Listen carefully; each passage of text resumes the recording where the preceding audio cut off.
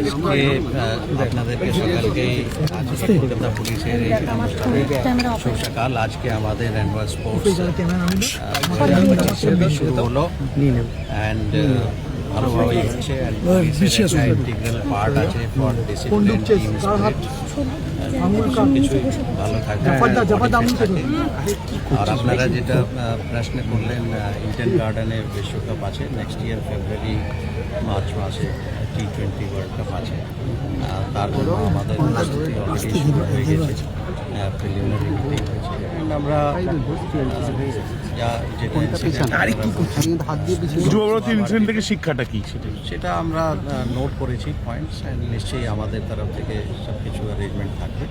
And সব যত stake holders আছে ওদের সঙ্গে আমাদের কোঅর্ডিনেশন থাকবে। আমরা আশা করছি আগেও ভালোভাবে হয়েছে এখানে, আমরা আশা করছি ভালোভাবে।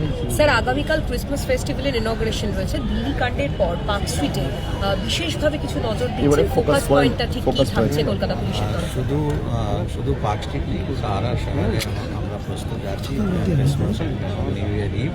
অ্যান্ড অলরেডি আমাদের ফিল্ড লেভেল অফিসার যারা আছে, থানা থেকে শুরু করে ডিভিশন লেভেলে অ্যান্ড সিনিয়র অফিসার সবাইকে নেসেসারি ইনস্ট্রাকশন দেওয়া হয়েছে।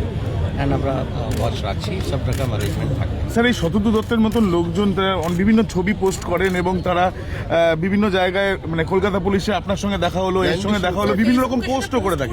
এর বিরুদ্ধে এমনিতে কোনো মামলা বা এর কোনো ইনিশিয়েটিভে কোনো আবেদন কি এখনো আছে? কিছু কলকাতা পুলিশে করেছিল? উনি আমাদের কাছে এসেছিলেন বিকজ ইনিশিয়ালি যে প্রোগ্রাম ছিল, যিনি মিস্টার মেসি, ওনার থাকার কথা ছিল তাজ বেঙ্গলে, সেই জন্য আমাদের কাছে এসেছিলেন। তো তারপরে যেহেতু ওনার বিনু হায়াতে শিফট হয়েছে, পুরো প্রোগ্রামটা ওই দিকে হয়েছে, তো তারপরে আমাদের সঙ্গে কোনো কন্ট্যাক্ট হয়। স্যার, বিশ্বকাপে বিভিন্ন দলের প্রতিনিধিরা আসে, সেখান থেকে একজন নয় একাধিক দলের প্রতিনিধি মানুষের ভরসা কি করে ফিরিয়ে আনবেন? কলকাতা পুলিশ পুলিশ আছে, আমরা বিভিন্ন এরকম প্রোগ্রাম করেছি অ্যান্ড খুব ভালোভাবেই আমরা আশা রাখছি